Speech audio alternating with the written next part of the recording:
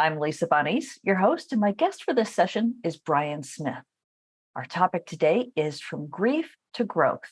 The worst event of my life led to my life's mission. Brian Smith is a certified grief educator and a mental fitness trainer. He's on a mission to help people understand who they are, why they're here, and where they're going. And I'm so glad he's with us today. Brian, thank you so much for joining us. Welcome. Thank you for having me. Absolutely. Your story is so touching, and I so appreciate your willingness to share it. But let's start at the beginning. It's interesting that you're a certified grief educator when, from what I understand, you experienced an intense fear of death as a child. Do you know what caused that at such a young age? I think I do know what caused it. It's really interesting. Only recently did I realize it might have been my grandfather passed away suddenly. He was living with us at the time, and I'm 62 years old. This happened when I was about 6. I didn't think that really contributed to it at the time, but I think now maybe that was part of it. But my other grandfather was a pastor, and I grew up in the church, and I grew up in a religion that taught me about a God that was judgmental, a God that would send people to heaven or to hell. And I was very sensitive as a child. And so I just feared that I was going to die and be sent to hell. So that was the origin of it. And it continued until I was in my 30s. Wow. Okay. So then tell us about your daughter's passing. How old were you when that occurred? And do you believe that her passing was inevitable? Let's talk about that a bit. Yeah, it was my daughter passed away in 2015. She was 15 years old, which was about the time that my fear of death really intensified. That's when I started having panic attacks when I was in my teen years. So I do believe that my fear of death was kind of a premonition that set me up to go on a path of where I studied the afterlife for most of my life. And so when I never suspected my daughter was going to pass away until after she did. And then I realized there were indications, things that she had said when she was even a child, that she didn't plan to grow up. And there's actually an event just a few weeks before she passed when she was talking about her passing, and there was no reason for her to do that. So I do believe that, my life kind of set me up for this, the fear of death, which led to all the studying that I did. So by the time my daughter passed away, the one blessing for me was I never had to fear, like, was she gone? Was I never going to see her again? Was she gone? I knew that she was okay. So that was a blessing for me. Well, so let's talk about that a bit, because you'd already sort of looked into this topic before she passed, and you said that she said some things shortly before her passing. Would you mind telling us a bit about that? Sure, absolutely. Well, when she was about, I think she was about 4 at the time. She and her sister, who was 3 years old, they were sitting at the kitchen table, and it wasn't about passing, but she talked about pre-birth memory, and they talked about being in heaven and choosing us as parents. Something I'd never heard of before. I know that they didn't get it from us, and they both kind of said they had this memory.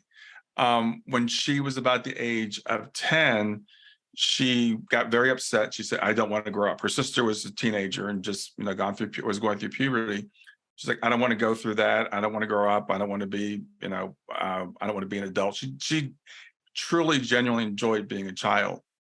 And she just took everything in life like, I want to experience a broken leg, for example. When she was diagnosed with arthritis, rheumatoid arthritis, when she was about 10 or 11, remember we were going to get blood drawn, and she's like, "I wonder what it's like to get blood drawn." So that's just the way she was about everything. And then when she was 15 and a half, was right before she passed, she was playing with her cousins. It was on Mother's Day, and she passed on June 24th. And she said, "When I die, I want to be cremated and buried under a tree." And we didn't know this till after she had passed a few weeks later. And we were discussing her arrangements with her sister. And we said, "Well, we think we're going to have her body cremated." And her sister goes, "Well, yeah, that's what she would want because she told me this just a few weeks ago." So those were some of the indications that we had from her. And then for me, as I said, I started studying the afterlife intently, probably in my mid 20s. And I got everything I get my hands on about near-death experiences, mediumship, afterlife, philosophy, anything from science that supported it. I just really started studying it. So by the time when Shayna passed, I was 54 at the time. I had a really good understanding of the afterlife, which is intensified, of course, since then. But I had a pretty good foundation when she did pass.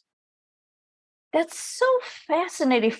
From what I've learned in my own study and research into the topic is that perhaps this was a pre-life plan, that maybe the two of you agreed to this before you came to this earth, so that she would pass and perhaps be helping you from the other side. Do you feel that that's the case? I do now. At the time, I had no idea about pre-birth planning. I had no idea about anything like that. And I've had several medium readings. I've been very fortunate. I've had some great mediums. And the first reading was with Suzanne Wilson, who's just phenomenal.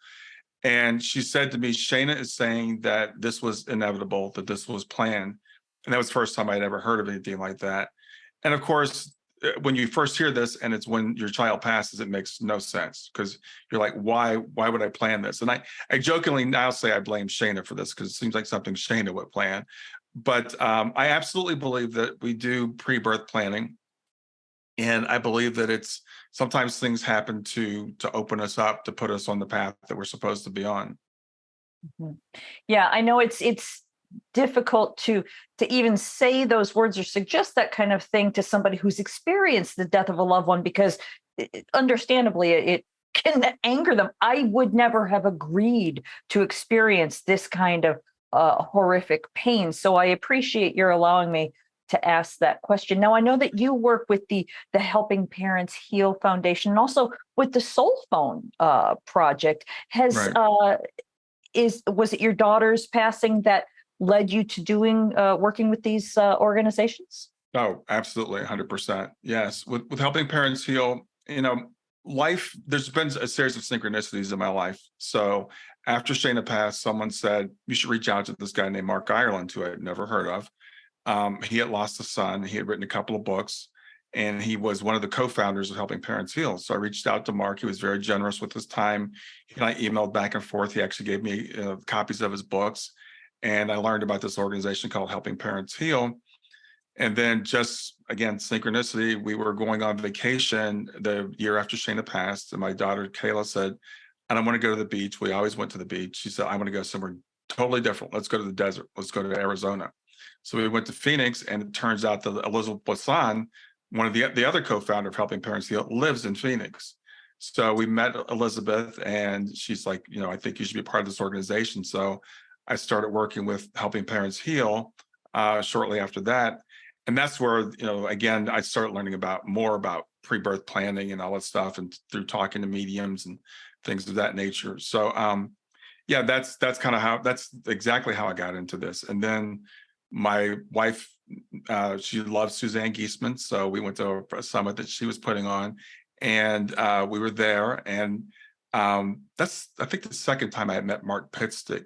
But Mark was working on the Soul Phone, so he's like, we need volunteers to work on the Soul Phone project.